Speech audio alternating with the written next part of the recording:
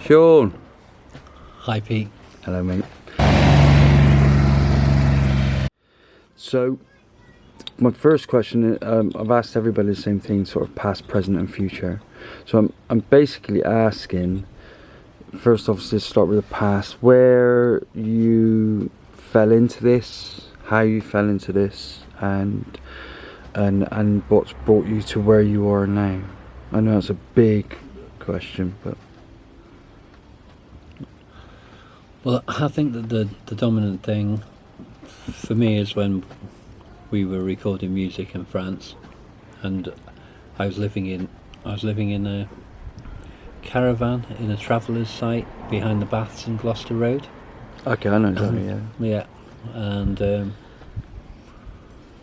my world was that, and there was a really nice group of people who lived in that traveller's site, and we had the band office, and we'd travel around a lot, and then we went to record on a small holding in France, and in that process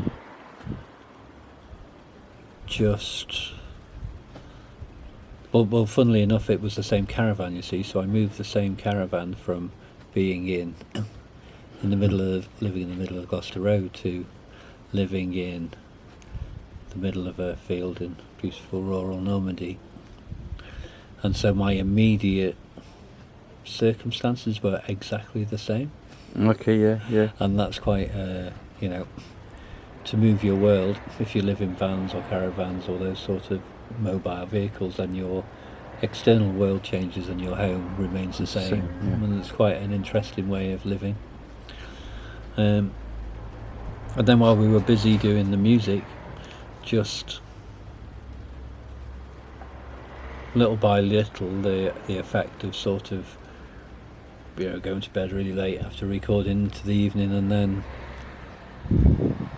waking up and smelling the sort of, the nature, starting to see the leaves change colour on the trees, starting to notice what they look like when the rain's on it, when the dew's on it, just sensing the different smells of the plants around you, starting to see the local farmers and meet the farmers, and all this stuff is kind of building up a completely new picture of what life can be like subconsciously. So, I meeting the farmers, and they get up at 4 o'clock in the morning on so you see them starting work and you're not even going to bed yet, then there's just a kind of slow, for me, all that whole time was like a slow sort of, like this hand just uncurling and just picking me up and just saying, right, that was your electric life, and now you're having a roots life, Right. And it just kind of just picked me up, and I had no choice in that. Okay. And then when we stayed there for quite a long time, and I had I met my previous partner there, and she got pregnant very quickly, so we lived there till we lived there on and off between there and Bristol till 2 children were born. And then all that time I'm just getting more and more interested in nature and growing. And then we moved back to Bristol, and me and Jessie from the Moonflowers set up Colours and Sounds recording studio in Myvelt Street in Bristol, and that went kind of okay. But by the time we finished building it, I just felt really unhappy in the city, and I'd realised that some change had taken place. So I had to, I just go out. I would just ride my bike over to Easton from St Werburgh's, where we lived, and it was just getting weirder, and I was just getting more and more withdrawn, and like you'd end up kind of, one of the best bits of the cities was like the cracks. Yeah. The cracks where all the weeds are coming through in the corners, and totally, you're just kind of like, and you're sort of willing nature to overtake the city, and all these sort of bits that most people really dislike because it looks like bad management in the city is the kind of force I was working for, Right. or the force I was getting aligned with. And you can feel this sort of, so the city goes from this kind of cool place with all the music and the art and all the people and all the smells and all the stuff of the city, and then you're just working for the cracks. You're just working for like the force of nature that's just covered in this little varnish of concrete, Right. and so you get very, I was just getting more and more in tune with that, and just going out in the mornings and just licking the dew off the leaves of the trees and smelling the trees and eating leaves that weren't even edible, just to like kind of get a sense like it was like a lifeblood for me. Right. So that's kind of what happened. And then I can't remember when I got an allotment, but I got an allotment in St. Werburgh's.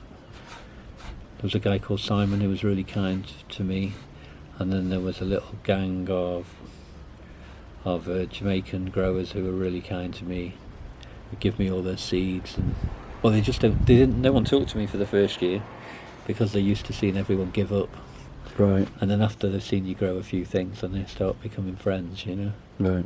and they give you seeds and show you their techniques, and the old Jamaican guys had some great techniques for brewing, their own spirits in giant pumpkins in their sheds. And but then essentially I still felt like the allotments was like in a cage, Yeah. Straight lines. and then well, it was in a cage, and sometimes you'd spend a lot of work doing something, and then you'd go the next morning and then there's a blown up motorbike in the middle of your plot, and it's not, I was on a journey and that stuff was blocking it, Right. I could see that the city was blocking my development. Then my partner Kate did a course in permaculture at Kevrel Farm. Yep. And that was like 22, 23 years ago.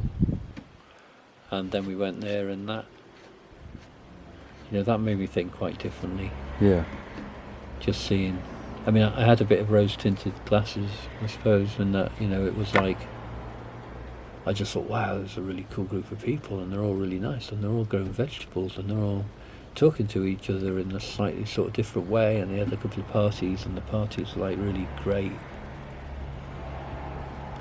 And I think that, I recognised a whole, for me there was like a shift in myself and a shift in what I perceived in the femininity of plants and people. So I'd been in quite a raucous, blokey rock and roll band, and then I'm in this kind of environments with a lot more women in and a lot more plants in, and just thinking this is really nice and this is really healthy, and this is a more sustainable way forward than what I was currently involved in. Right. And they're my own, to some degree, negative paradigms or negative thought patterns, because plenty of my friends maintained a musical life, Yeah. and are very healthy and very happy and Yeah. very inspirational people. So, but it was just my own path down music was getting a bit darker, I think. You've stayed in touch with music, haven't you, a long way? Yeah, I'm still quite involved in music. Quite involved. And more so really now than in the previous 10 years maybe. Right.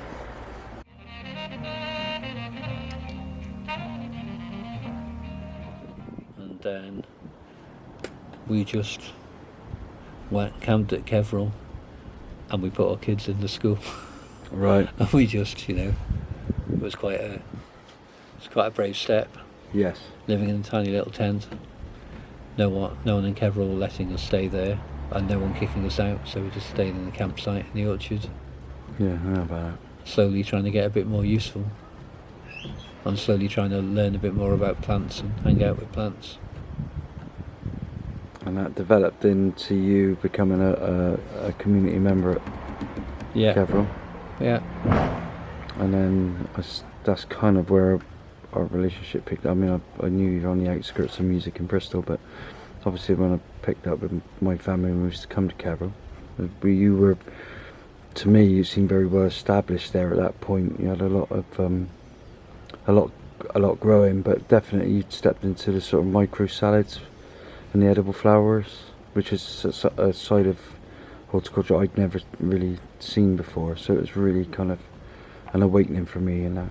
So can you tell me how you kind of fell into that? Well,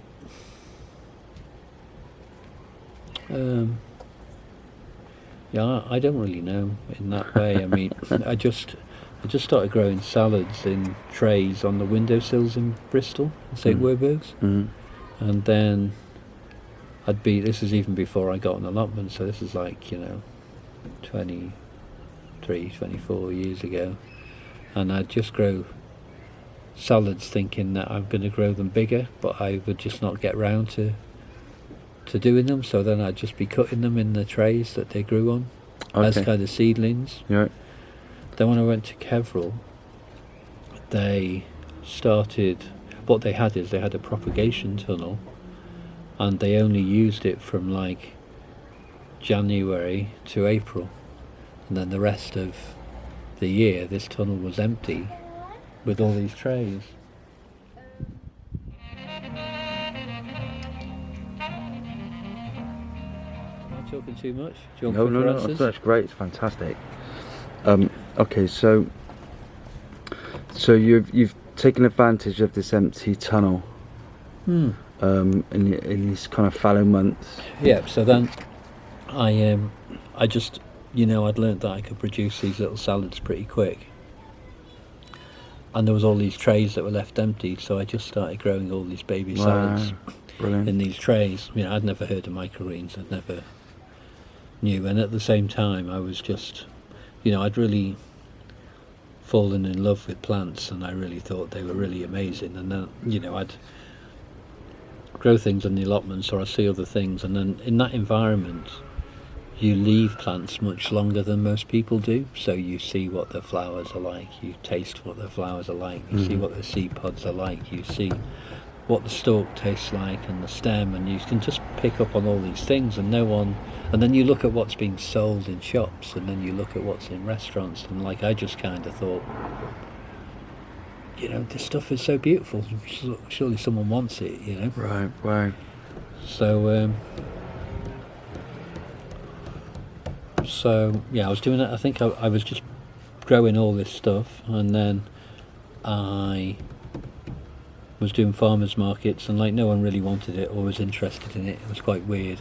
I thought it looked all totally amazing. I met this guy who said, let's try and sell more of this stuff to the restaurants. We started a little business together, and it just took off right away, really. Yeah. And people were coming to us and saying, wow, you're doing microgreens, I've only seen that in the States. Okay. This sort of stuff. So I think that there was a lot of people, or some people around the world at the same time just randomly doing stuff, and a lot of us did it at the same time, and suddenly there was a movement and a kind of a power behind it. Right. People started using them on telly, and and it became a thing. Yeah, it became a thing from my perspective. It just came out of being too disorganised to get the cutting your salad too early. Yeah. Brilliant. Okay, so then, like I said in the beginning, every time I come yearly, we would come to Keverall for a spell, and so I watched this develop over time with a keen interest. And then after a couple of years, you took on the Narcos site, didn't you? Yeah, I think that was probably about 8 years ago. Wow, was it that long ago? Wow, 8 years, fine. And yeah, so that was, when I I was kind of a late arriver at Kevrel in terms of how well it was set up with other people using it and the box scheme that it provided for. So I tended to get the bits around the edges of the farm that no one else was using at the beginning. Right. And then, as I started getting busier, people really tried to help and support me, because I was starting to get wages for people and get busier. And the farm was really, Kevrel was really kind to me, both in a kind of spiritual sense of the connection to nature and the place, and having that luxury to just be with the trees every day and be with the plants every day and not having distractions like people blowing up motorbikes. Right. Yeah. Yeah. So you could suddenly, like, this kind of world that was enticing me, I could suddenly flow into it from Kevrel, and because it was low rent and helpful to people with a lower income, you had time to experiment and learn. So as long as you were actually focused on trying to develop, then it was a wonderful learning ground. Yeah. And also a wonderful learning ground of dealing with people living in the community. Yeah. And the joys and highs and lows of that. So that was really amazing growing. Yeah. And 2 of my children were born at Kevrel, and it's a massive part of my life. Yeah. So then you took on the extra farm at Narcus? Yeah, so when we started that, that was like, you've seen it, it's a line of polytunnels. Yeah.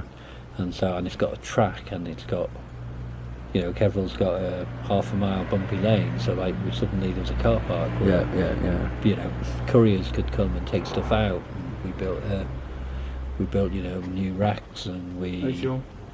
All right, John, how are you? Yeah, good, thanks. Family well? Yes, thanks. Love it. And so we did that, and everything's got electric and everything's got water, and Wow. Kevrel had it had the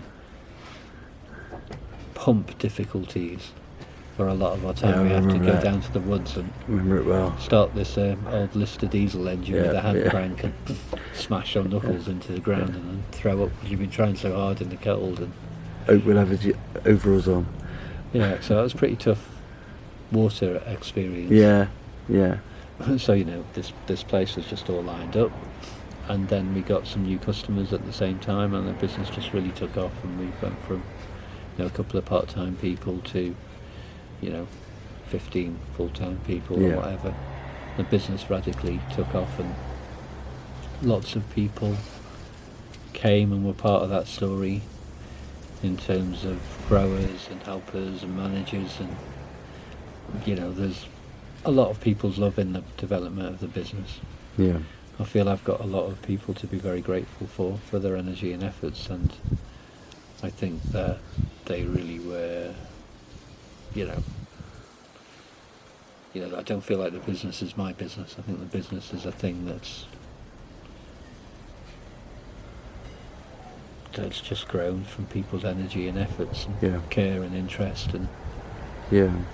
I mean, so from my perspective, to see the emporium at Kevrel seemed to be very industrious compared to a lot of the other stuff that was going on around there. yeah, And there was the vision there for supplying the restaurants. I can remember that. And then when I visited Narcos in its early stages, I mean, it was very well developed, but I was definitely aware that you had a lot more staff. There was a buzz about the place in terms of, there were orders coming in, and it felt like you struck green gold, let's call it that, if you know what I mean, in terms of the way the production and the market that you were supplying. So let's go to the present now, or the semi-present now. So now you've got this new place where I visited today, which is Crocker's, is it? Crocodon Farm. Crockerton Farms.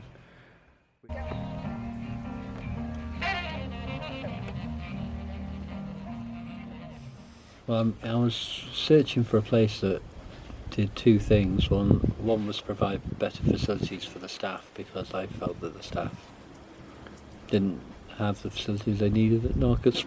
We just had a plastic toilet and a plastic kind of toilet. They didn't, the staff room was a polytunnel with a, it was pretty noisy in the rain and cold in the winter, and Right. I kind of felt that all that was all really hard. Looking back on it now, it feels quite romantic, Right.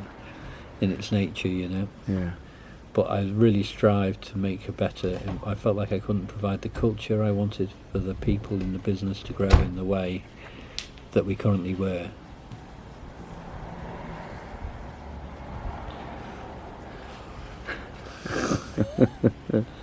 And Sorry, mate.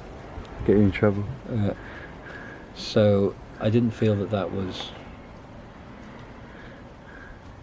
I was looking for that, and then when we started doing Crocodon, it was, a big learning curve. Yeah, I bet. And what seemed like relatively low rent and a relative high potential seemed to just rocket into, massive costs for planning and, things that we borrowed money for that should have been done in a year took 2 or 3 years, and all this stuff was really tough. And that paid a toll on my health. And that, as you know, I was quite poorly for a while. Yeah. And we've got through that. Whilst I was poorly, a lot of money was wasted on, like tens of thousands of pounds were wasted on boreholes that the water wasn't good enough to use, and drainage that never worked, and polytunnel floors that weren't waterproof, and Right. so it's tens and tens of thousands of pounds that I have, going to have to pay back over a long period of time. All that was quite challenging. Okay. But getting through a relatively serious illness means that all that just becomes part of the narrative and part of the story, and Yeah.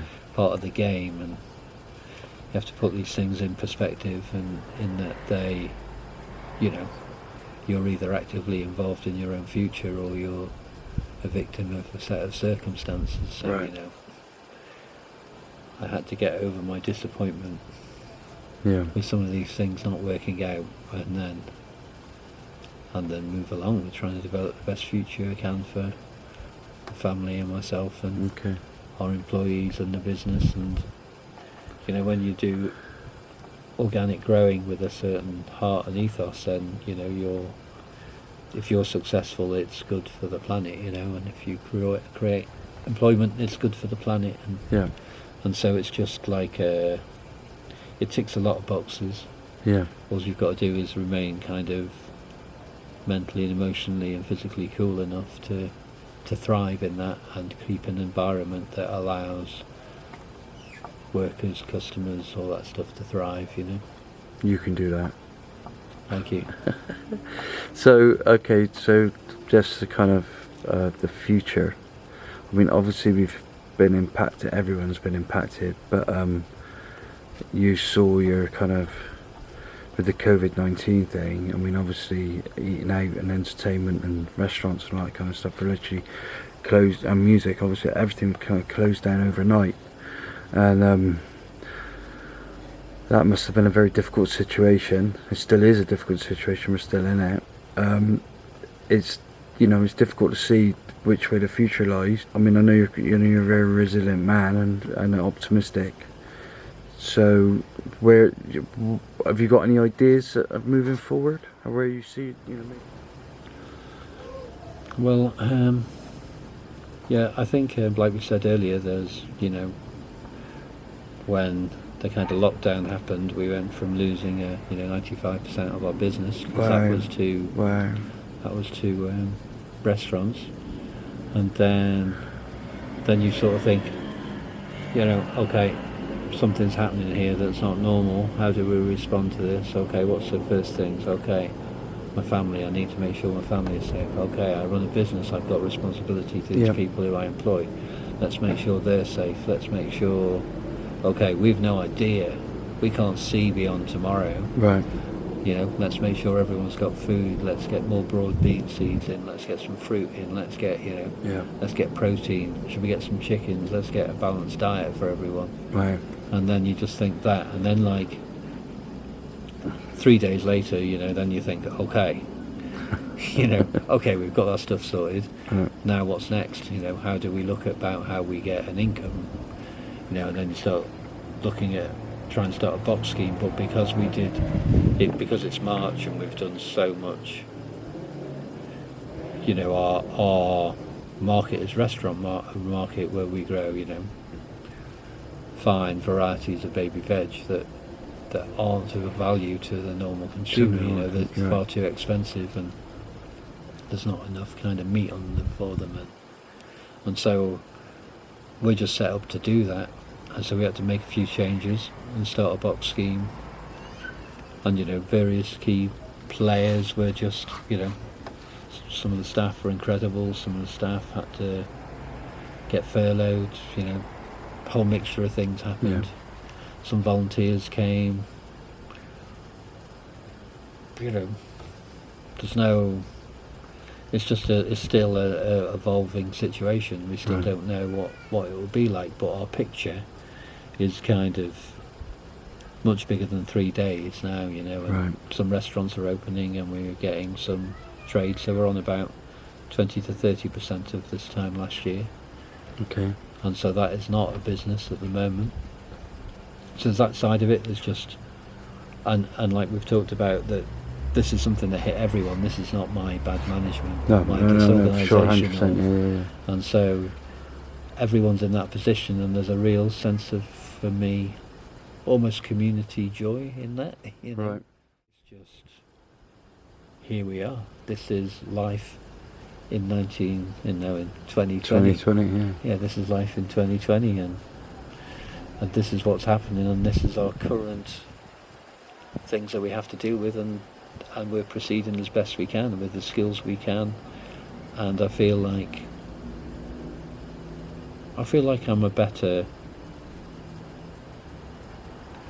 leader in the business, or a better person in the business than I was, because I'm less of a leader and I need to serve the people who are thriving in the business and helping the business along. So I've gone from being like, you know, the kind of hierarchical figure or whatever, to the kind of the boss, to the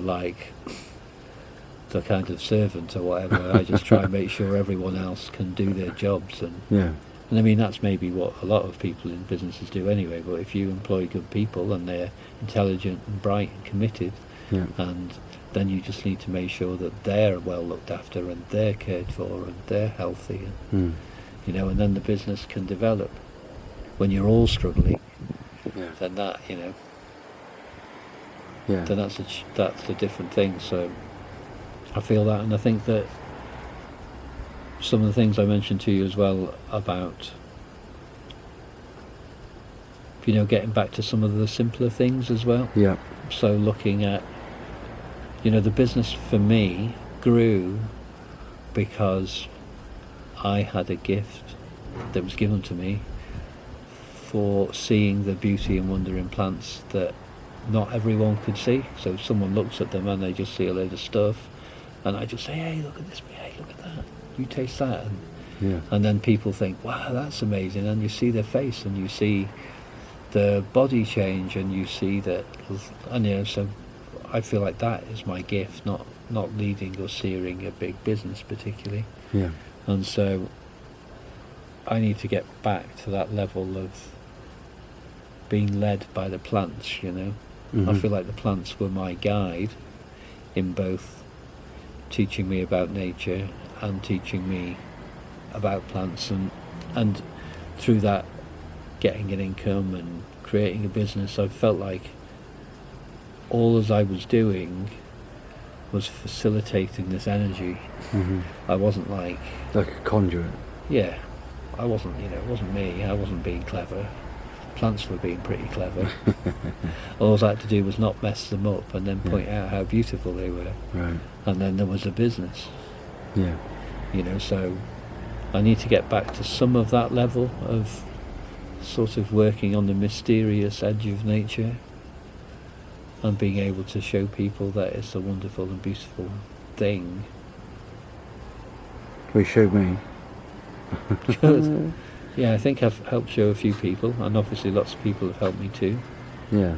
But It is a community at the end of the day. I think yeah, when you do react that way, when you do feel that way, you recognise it in other people, and then you just feel like, well, actually, it's not just me, and Yeah. they kind of gather. But, well, thank you very much. I know you're a very busy man. It's a busy time of year, and I've a really good look around your gardens today.